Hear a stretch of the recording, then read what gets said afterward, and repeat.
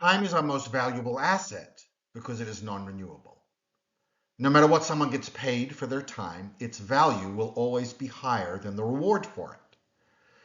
To break it down in terms of temporal leadership as a social skill, when an orchestra senses you value their time, it means that you demonstrate that you appreciate and value them. In terms of the leadership blueprint, this is where we engage with the chronosystem, recognizing that time isn't just in the background, but is a living system we must manage.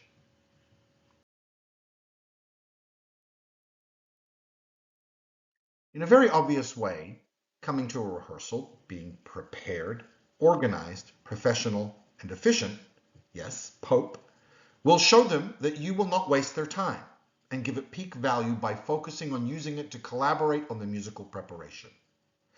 Wasting time by not having a plan for it could result in something not getting rehearsed, which then puts unnecessary pressure on the orchestra in the performance, which risks both you and them folding under that pressure.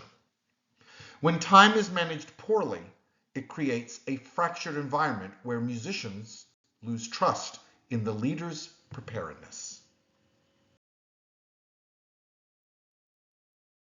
I want to give you an example of a specific thing I do to demonstrate how much I try to value the musician's time. In a movie score, I make sure I have the duration of every scene marked. So let's say we are 5 minutes from a scheduled break, and the next scene is 3 to 4 minutes long, and I decide to run it since we have time. However, the scene only has strings. Knowing that half the orchestra doesn't play in the scene, I announce that I will run the scene and then we will take our break.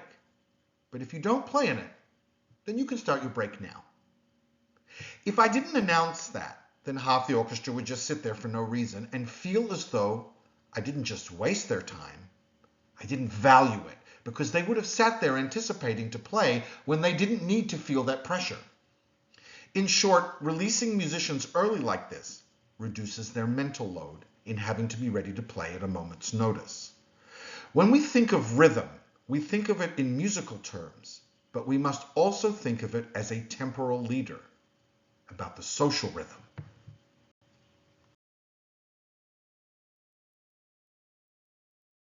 There is even more nuance to this when you consider instrument maintenance. Whenever you finish a rehearsal or go to break, the woodwind section never just gets up to leave. They always need to swab their instruments, disassemble them if at the end of rehearsal, and except for the flutes, pack up or tend to their reeds. It takes up to 5 minutes sometimes. Imagine in the above scenario if I didn't announce that they could start their break early. Then they would have sat there waiting to play. And then when break was called, their 15-minute break would have been reduced to possibly 10 minutes because of their instrument's maintenance needs. By calling break for them early, they could start their maintenance and then have their full 15-minute break. This is valuing not just their time, but their specific needs. Think about the percussion section. I have seen them get there over an hour before rehearsal starts to set up because it's not an option during rehearsal since they are not quiet instruments. If I'm conducting a program with only one work that has percussion, then unless there is a specific reason not to, I will never rehearse that work last in the rehearsal and often will rehearse it first. This signals to them my appreciation for giving us that extra time prior to the rehearsal for setup so that when they leave early, it really isn't early, since they have been there longer than all the other musicians. In terms of expectancy theory, the reward, leaving early, has high valence for them.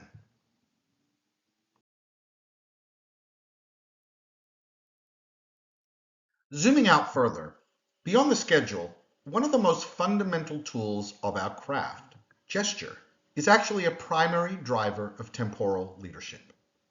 Think about it in terms of math. If you stop 20 times to give a verbal instruction and each stoppage lasts just 1 minute, you've spent 20 minutes talking. However, if you can successfully express your musical ideas through gesture 10 of those times, you've drastically cut down on stoppage. By communicating through the baton instead of verbally, you aren't just being efficient. you are keeping the ensemble's focus on the music and giving them more time to actually create their sound. Musical and technical clarity through gesture is, in itself, an act of valuing the collective, and so nonverbal gestures can be considered both a leadership skill and a social skill.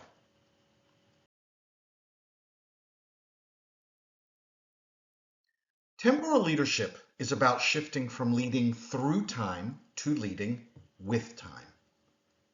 When we respect the clock, we respect the person. It turns a passive rehearsal schedule into an active and motivational